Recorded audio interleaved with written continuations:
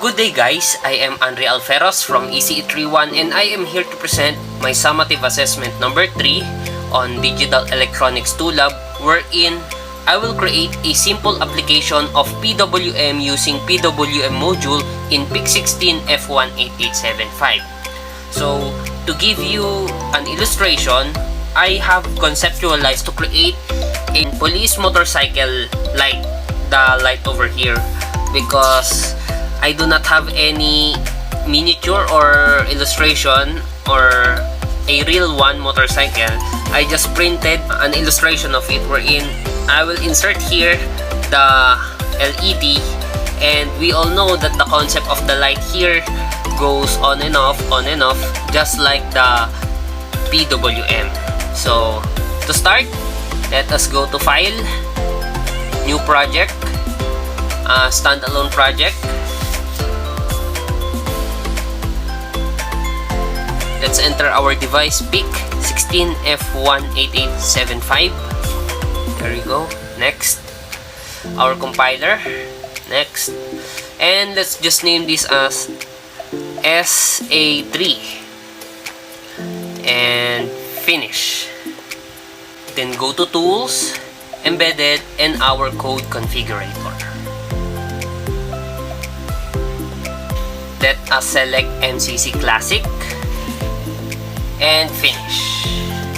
On the Pin Manager grid view, let us just change the package to PDIP40, and on our device resources, let's go to PWM and add PWM6, as well as the timer, add timer or TMR2. In the TMR2, we're just going to change the clock source into FOSC over 4 or frequency oscillator over 4, and our post scaler, instead of 1:1 is to 1:16.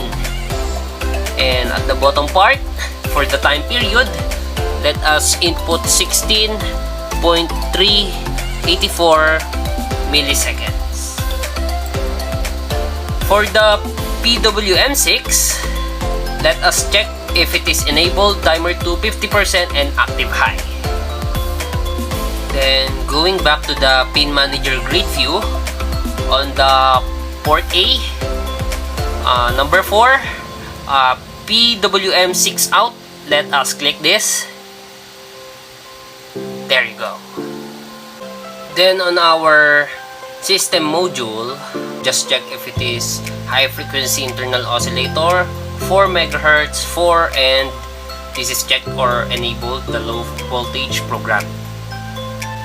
Then finally, on the pin module, we are just going to uncheck the analog and leaving the output checked and none, and WPU is unchecked, and now we can generate.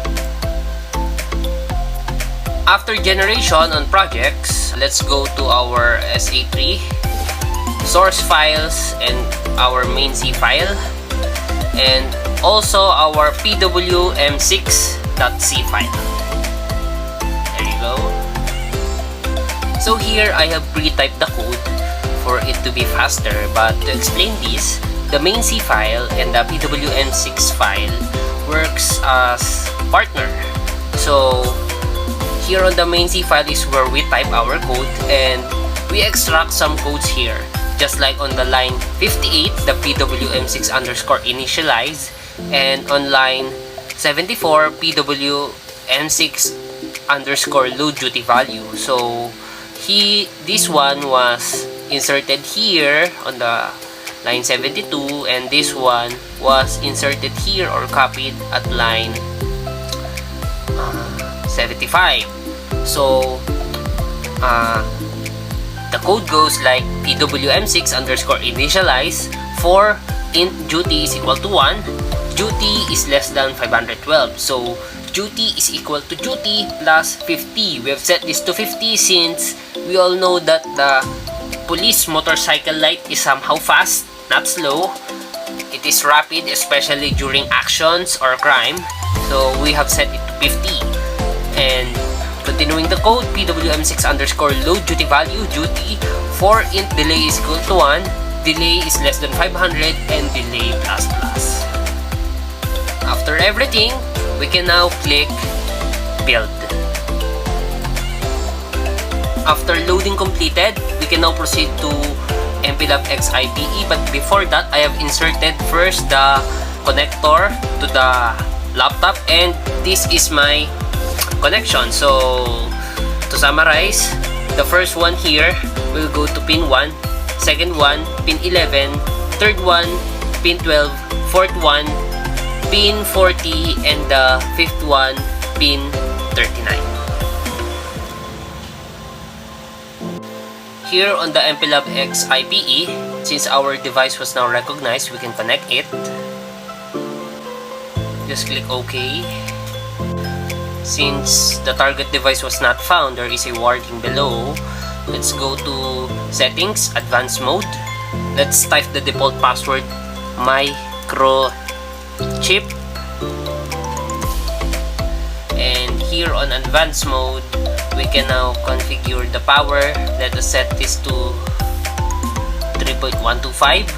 Then power target circuit from PK3 is checked. And operate. Here in operate, we can now browse our hex file. Here is our hex file, so let us just open it.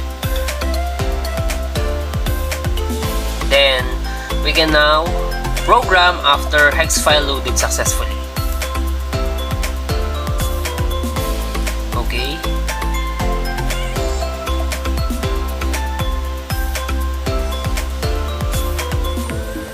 Programming complete, and now we can build our hardware. After creating the model of my circuit, here is now the finished product, wherein the 6th terminal was connected to the resistor to 20 ohms, and that resistor was connected to the LED, wherein the positive first, then the negative of the LED goes to the ground. However, to make it controlled by a switch, I just inserted in the middle a switch. So this is the fastest way that I can do, or the most practical, is to insert a switch in between. And for the VDDs, 11 and 30 second slot goes to the positive terminal, and the VSS 12 and 31st slot goes to the ground or negative terminal. And I have here inserted the 5 volts supply, negative and positive. And now we can try our circuit. So just connect the power supply and turn this on. There you go. As you can notice, it blinks, but not on an abrupt manner, but rather slowly, just like the police motorcycle light. So if I just have my better tools or equipment, I can do a model, but for now I'll just have this printed one. So just to imagine what will happen if we put it here. There you go. It fits perfectly.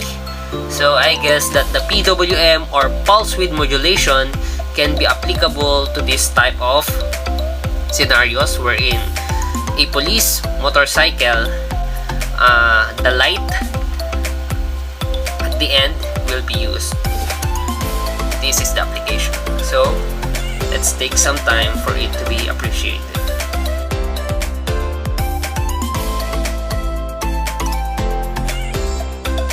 And of course, since it is being controlled by the policeman, he or she can therefore turn this off during off times, or during action, he or she can turn that off. And that's it, my summative assessment tree. I hope you like it. Thank you for watching, and goodbye.